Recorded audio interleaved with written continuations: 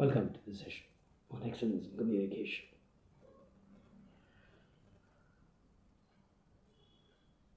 There is something that we hear that goes to our ears. There's something that we hear that goes to our ears, and something that we hear goes through the ears to our mind.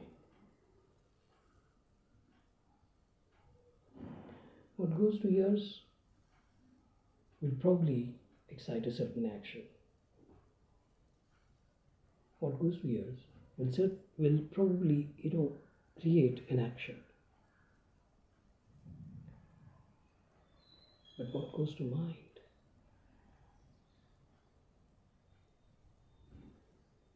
But what goes to mind creates a certain thought. So action, thought. Action, I'm using a static pole. Thought, okay. I'm creating a circle or circles, concentric, eccentric, whatever.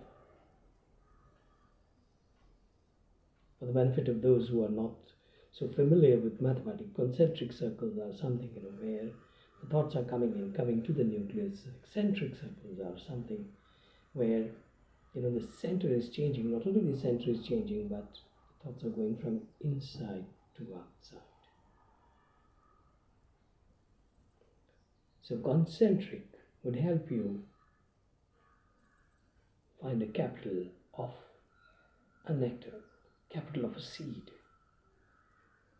Mark my word, capital. Okay, we'll discuss that a little later. So concentric will make a capital out of a seed. Capital of a seed.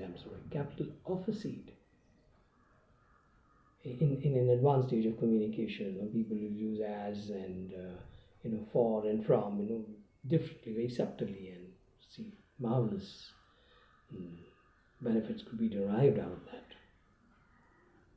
Concentric, the end capital is the seed, and eccentric, the end capital is split of an energy, the scattering of energy. Well, all the grammar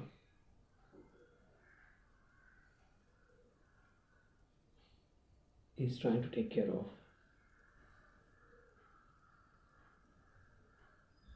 the ears, the action. Open the book. So open the book. Open a book. You can open any book. It is directed to a certain action. Get some water.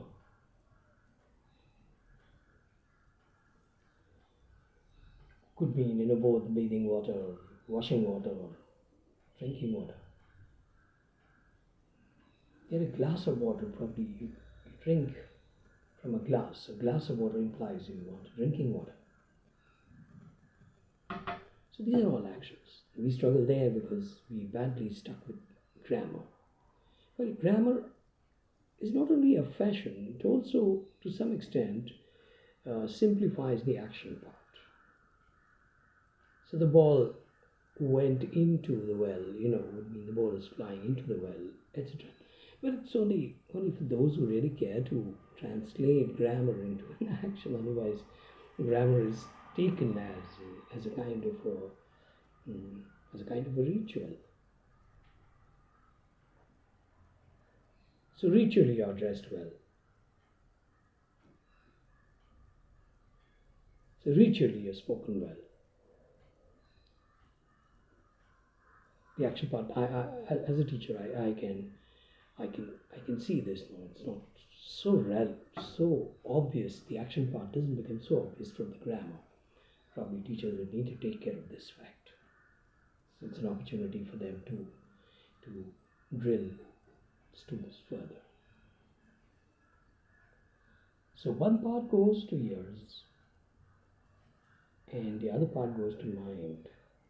Now if you want to create that communication which goes to somebody's mind, then believe it or not, you have to create that kind of an effect called thoughts, and an effect called concentric, eccentric.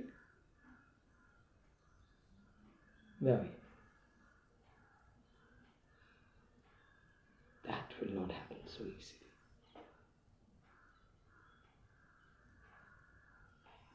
And we need to bother ourselves on that. If you want to make a long-term impact on someone, it must go to mind.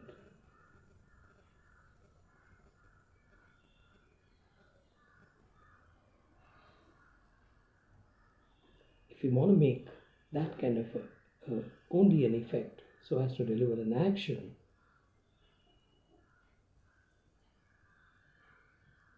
then the job is much simple.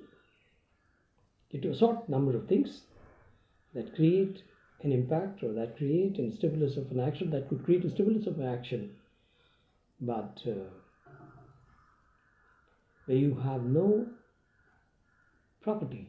I'm using the word from drama. When you have no property which can be utilized for creating a certain communication which goes to mind, not possible.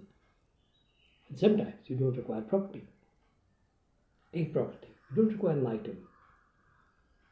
You require a thought about making a thought. Okay? Thought about making a thought. That's for today.